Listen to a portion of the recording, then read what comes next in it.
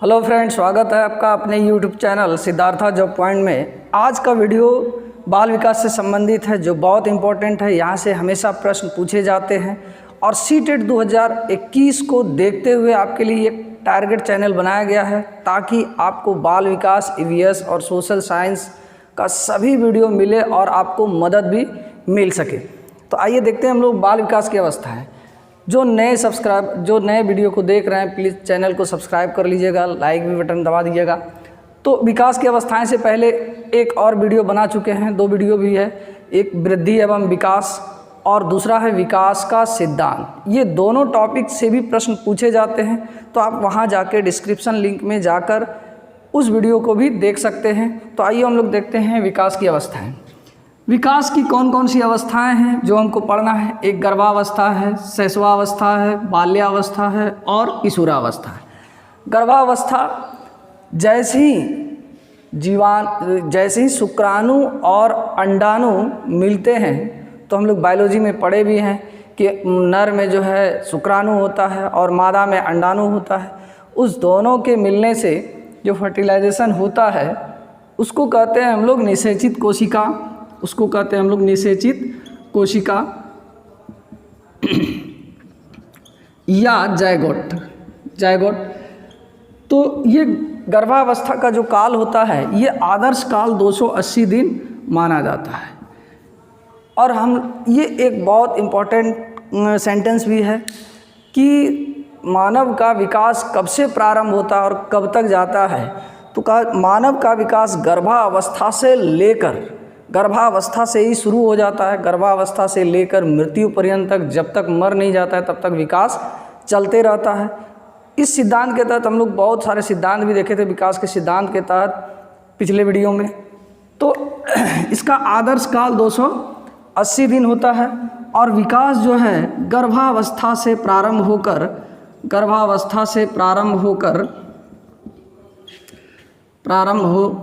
होकर जीवन पर्यंत या मृत्यु पर्यंत तक चलते रहता है। मृत्यु पर्यंत का मतलब होता है जब तक जीव मर नहीं जाता है उसको मृत्यु पर्यंत कहते हैं। और या कहीं कहीं आपको जीवन पर्यंत भी मिलेगा। जीवन पर्यंत का मतलब भी हो गया कि जब तक जीवन है तब तक शिशु का विकास या मानव का विकास चलता रहता है। तो इसमें गर्भावस्था में क्या होता है? गर्भावस्था में पहले 3 परत का निर्माण होता है। एक बाह्य परत, दूसरा मध्य परत और तीसरा अंतः परत या आंतरिक परत। तो जब शिशु गर्भ में रहता है तो बाह्य परत के तहत जो है उसके बाहरी अंगों का विकास होता है। बाहरी अंगों का मतलब क्या हो? जैसे बाल हो गया, नाखून हो गया, आँख हो गया, कान हो गया, ये सब बाहरी अंग हैं। तो इन सभी का विकास बाह्य परत के तहत होता है। दूसरा मध्य परत के तहत मांसपेशियों का विकास होता है। और आंतरिक परत में अंतः अंगों जो मनुष्य के यानी शरीर के जो अंदर में अंग होते हैं उसका विकास होता है। जैसे पाचन तंत्र, तंत्रिका तंत्र, ये सब अंतः अंग होते हैं। तो आंतरिक अंगों के तहत इन अंगों का विकास, जैसे हृदय तंत्र हो गया या फिर हृदय हो गया, फेफड़ा हो गया, ये सब आंतरिक परत होते हैं। तो आंतरिक परत होता है। अब ये गर्भावस्था से क्वेश्चन बहुत कम सीटेट में पूछे जाते हैं। सिर्फ ये लाइन याद रखिएगा आप लोग, गर्भावस्था से प्रारंभ होकर मृत्यु पर्यंत तक विकास चलते रहता है। विकास कहाँ से प्रारंभ होता है? विकास गर्भावस्था से लेकर मृत्यु पर्यंत तक चलते रहता है। दूसरा है शैशवावस्था। ये गर्भावस्था देखें हम लोग। अब शैशवावस्था, बाल्यावस्था और किशोरावस्था एक एक करके देखेंगे हम लोग। शैशवावस्था का काल क्या होता है, शैशवावस्था की विशेषताएं क्या होती है, शैशवावस्था में शिक्षण विधियाँ कौन कौन से होते हैं। तो पहले हम लोग एक एज देख लेते हैं। गर्भावस्था का काल आदर्श काल 280 दिन या 9 माह 10 दिन होता है। शैशवावस्था का काल जो है ये अलग अलग मनोवैज्ञानिक शैशवावस्था के काल को अलग अलग बताते हैं। तो हम उन मनोवैज्ञानिकों का जिक्र भी करेंगे जो मनोवैज्ञानिक शैशवावस्था को कोई जन्म से 2 वर्ष मानते हैं, कोई जन्म से 5 वर्ष मानते हैं, कोई जन्म से 5 या 6 वर्ष मानते हैं। तो इन सभी को भी देखेंगे। तो अभी मोटा मोटी हम लोग देखते हैं कि शैशवावस्था जन्म से 5 या 6 वर्ष, बाल्यावस्था 6 वर्ष, 5 या 6 वर्ष से 12 वर्ष, किशोरावस्था 12 वर्ष से लेकर 20 वर्ष या 21 वर्ष भी कहीं रहता है। किशोरावस्था को हम लोग टीन एज भी कहते हैं। टीन जैसे 13 हो गया, 14 हो गया, 15 हो गया, तो ये 30 to 19 भी रहता है 3 वर्ष के तहत। अब हम लोग एक एक करके देखेंगे शैशवावस्था की विशेषताओं को देखते हैं, उसमें कौन कौन सी विशेषताएं पाई जाती है। शैशवावस्था को जीवन का सबसे अनोखा काल कहा जाता है। ये याद रखिएगा, ये भी पूछता है जीवन का सबसे अनोखा काल कौन सा। जीवन का सबसे अनोखा काल क्यों ये अनोखा हो जाता है, इसको हम लोग डिटेल में अभी बाद में देखते हैं। तो ये शैशवावस्था को लेकर अलग अलग मनोवैज्ञानिकों में उम्र को लेकर अलग अलग मतभेद हैं। तो कौन कौन से मनोवैज्ञानिक किस अवस्था को शैशवावस्था को किस उम्र तक मानते हैं, इसको देखते हैं। इसको भी याद रखिएगा, कभी कभी मिलान में दे देता है या फिर सेपरेटली भी पूछ दिया जाता है। पियाजे ने शैशवावस्था को कब तक माना है, तो पियाजे ने जन्म से 2 वर्ष, कोल भी जन्म से लेकर 2 वर्ष तक, हरलॉक भी जन्म से 2 वर्ष मानते हैं, रॉस जो है ये जन्म से 5 वर्ष मानते हैं, और ये फ्रायड का जो है, फ्रायड का बहुत इम्पोर्टेंट, ये अक्सर पूछता है, फ्रायड जन्म से लेकर 5 या 6 वर्ष तक मानते हैं। तो शैशवावस्था को लेकर हम लोग देख रहे हैं कि अलग अलग मनोवैज्ञानिक अलग अलग मानते हैं। क्रॉ एंड क्रॉ जो है ये जन्म से 2 सप्ताह ही मानते हैं, जन्म से 2 सप्ताह मानते हैं। ये क्या करते हैं, शैशवावस्था को 2 वर्गों में बांट देता है। एक पहली अवस्था में जन्म से 2 सप्ताह, फिर जो है उसके बाद 2 सप्ताह से लेकर 1 वर्ष तक मानते हैं या 2 वर्ष तक। तो ये अलग अलग मनोवैज्ञानिक जो हैं शैशवावस्था को लेकर अलग अलग उम्र बताते हैं, इसमें मतभेद है। लेकिन हम लोग को ये फ्रायड वाला याद रखना है, फ्रायड वाला अक्सर पूछता है, और इसी को हम लोग शैशवावस्था का बेस एज जो जितने मनोवैज्ञानिक ये एज बताए हैं उसमें से फ्रायड का जो है सबसे ऑथेंटिक माना गया है। 5 वर्ष से लेकर जन्म से लेकर 5 या 6 वर्ष तक। शैशवावस्था को लेकर फ्रायड क्या कहते हैं कि शिशु को जो कुछ भी बनना होता है, शिशु को जो कुछ भी बनना होता है वह 5 से 6 वर्ष तक में ही बन जाता है।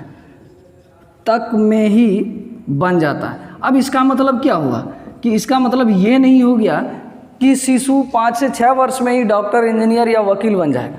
यहाँ फ्रायड का इस कथन से साबित होता है कि वो कह रहा है कि शिशु का विकास, जो शारीरिक विकास हो, मानसिक विकास हो, संवेगिक विकास हो, नैतिक विकास हो, चारित्रिक विकास हो, जितने भी विकास के पहलू होते हैं इन्हीं 5 से 6 वर्ष में हो जाते हैं। और यहाँ पर उसका शारीरिक विकास, मानसिक विकास, सांवेगिक विकास या फिर जो भी विकास के पहलू हैं, जैसा होगा उसका भविष्य भी उसी तरह से तय होता है। इसीलिए ये फ्रायड मानते हैं कि ये जीवन का सबसे अनोखा काल है, इसको बड़ी आसानी से सहेज कर पालना होगा, इसके साथ अच्छे बर्ताव करने होंगे। तो इसकी विशेषताएं हम लोग देख लेते हैं, शैशवावस्था की विशेषताएं।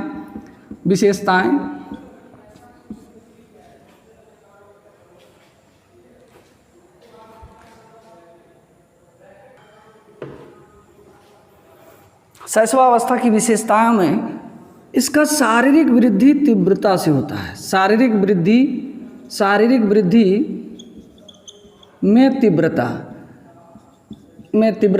ये पहली विशेषता क्या बताता है कि शैशवावस्था का जो उम्र होता है, उस उम्र में जो जन्म से 5 या 6 वर्ष तक में बालकों का शरीर तेजी से बढ़ता है। यदि क्वेश्चन पूछे कि बालकों के किस अवस्था में शारीरिक वृद्धि सबसे अधिक होती है, तो उसका आंसर डेफिनेटली आपको शैशवावस्था मानना होगा कि शैशवावस्था में शारीरिक वृद्धि सबसे तीव्र होती है। दूसरा विशेषता क्या है? सीखने में तीव्रता। सीखने में तीव्रता, सीखने में तीव्रता।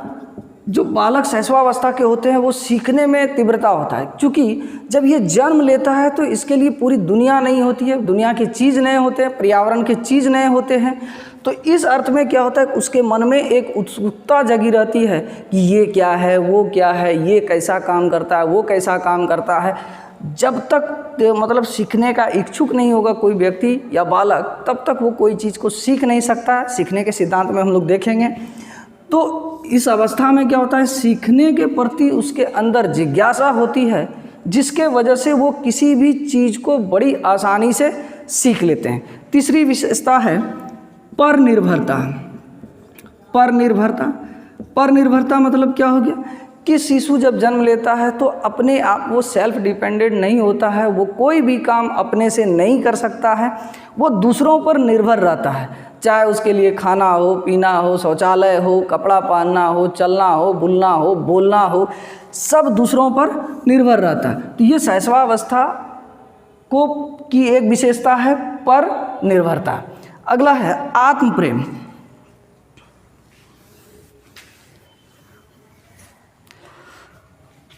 चौथा है आत्म प्रेम की भावना। आत्म प्रेम की भावना,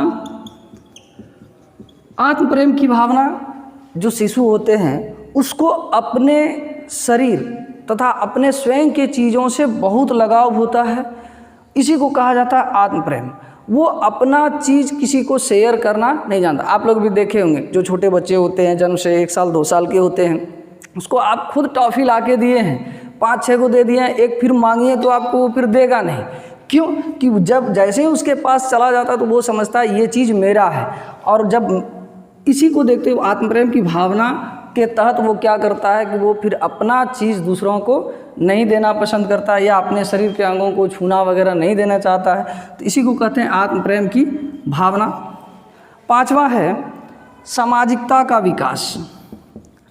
सामाजिकता का विकास। देखिए, जब शिशु जन्म लेता है तो वो सामाजिक नहीं होता है। शिशु जब जन्म लेता है तो सामाजिक नहीं होता है। सामाजिक का मतलब ये हुआ कि समाज में रहने के तौर तरीके, समाज में क्या नियम है, क्या कानून है, क्या परंपरा है, क्या धर्म है, उसको इससे कोई मतलब नहीं होता है। लेकिन जैसे शिशु जन्म लेता है तो धीरे धीरे समाज में रहना वो पसंद करने लगता है। शिशु जब जन्म लेता है अकेले आप कहीं उसको सुला दीजिए, कोई फ़र्क पड़ने वाला नहीं है, क्योंकि उसको सामाजिकता उसके अंदर नहीं होती। लेकिन जैसे शिशु 5, 6, 7, 8, 10 महीना होने लगता है, साल भर का होने लगता है, तो शिशु फिर अकेला रहना पसंद नहीं करता है। वो चाहता है कि हम भी समाज में रहें और वो समाज के अंग भी धीरे धीरे बनते जाते हैं। अगला है नैतिक भावना का अभाव। नैतिक भावना का अभाव। शैशवावस्था में क्या होता है, बच्चे नैतिकता को नहीं जानता है। नैतिकता का मतलब हुआ क्या कि बच्चे क्या सही है, क्या गलत है, क्या उचित है, क्या सच है, क्या झूठ है, इन सभी चीज़ों को वो नहीं जानता। या फिर हमको किसी बड़े लोगों से कैसे व्यवहार करना है, अब देखेंगे कि आप उसके साथ जैसा बोलिएगा वैसा बोलेंगे। तो इसी को कहते हैं नैतिक भावना का अभाव। जो शिशु होते हैं उसमें नैतिक भावनाओं का अभाव होता है। लेकिन शिशु जैसे जैसे धीरे धीरे बड़े होते जाते हैं तो समाज के नियम तौर तरीकों को सीखता है और उसमें फिर नैतिकता की भावना आ जाती है। अगला है अनुकरण करने, अनुकरण द्वारा सीखने की प्रवृत्ति। अनुकरण द्वारा सीखने की प्रवृत्ति। तो अनुकरण मतलब क्या हो गया कि फॉलो करते हुए बड़े लोग या बड़े शिशु, बड़े बच्चे जो समाज में होते हैं, परिवार में होते हैं, बड़े बच्चे जैसे जैसे करते हैं छोटे बच्चे भी उसका नकल करते हैं। तो शैशवावस्था की ये विशेषता है कि वो नकल करते हुए किसी चीज़ को सीखता है। बड़े यदि सही काम कर रहे हैं तो छोटे भी उसका अनुकरण सही तरीके से करते हैं, यदि बड़े गलत करते हैं तो छोटे भी अनुकरण गलत तरीके से कर लेते हैं। तो शैशवावस्था में अनुकरण द्वारा सीखने की प्रवृत्ति पाई जाती है। 8वां है जिज्ञासा का उच्च स्तर।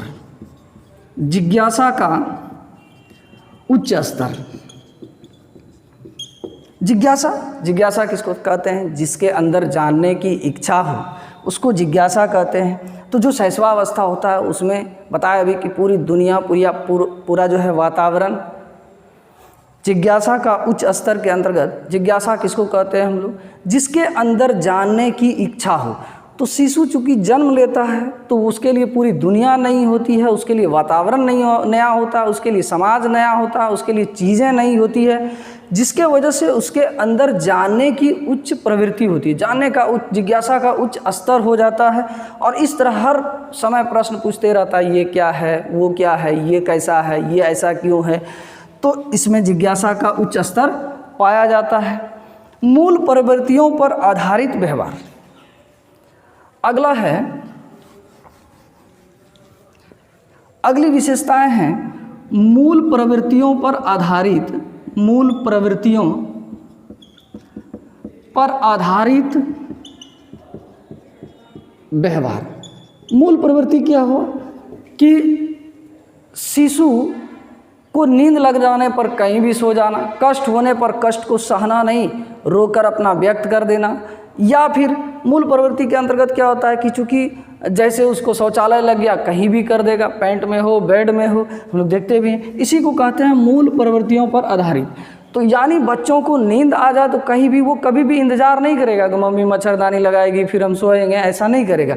आप देखेंगे कई बार क्या होता है, बच्चे को मम्मी खिला रही है, खिला दे खिला दे खिला दे खिला दे खिला दे खिला दे, बिस्कुट मुंह में लटका रह जाता है। तो इसी को कहते हैं मूल प्रवृत्तियों पर आधारित। यानी उसको नींद आने पर कहीं भी सो जाना, शौचालय आने पर कहीं भी शौच कर देना, कष्ट होने पर रोकर व्यक्त कर देना, तो इसको कहते हैं मूल प्रवृत्तियों पर आधारित। ये था शैशवा अवस्था की विशेषताएं, बहुत इंपॉर्टेंट है, इसको समझ गए होंगे,